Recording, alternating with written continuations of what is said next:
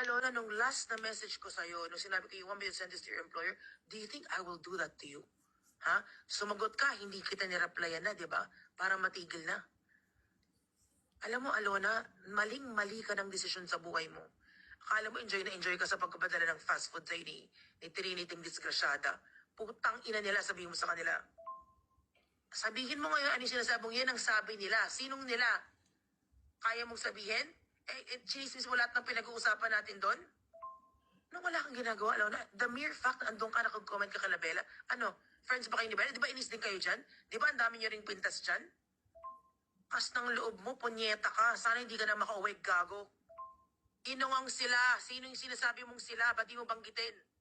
Ha? Bakit di nyo banggitin? Sinong sila? Si Cherry? Putang ina niya, yung mukha niya, mas maganda pa baboy sa mukha niya. Huwag niyo akong ginagago dahil ako tahimik ako. Huwag niyo akong uunahan talaga. Ha?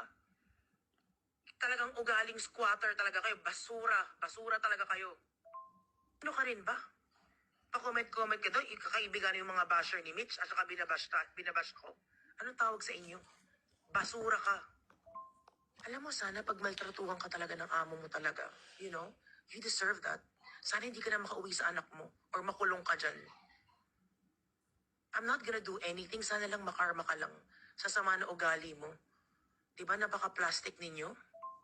Yun yung sinasabi mong yan ang sabi nila. Sino sila?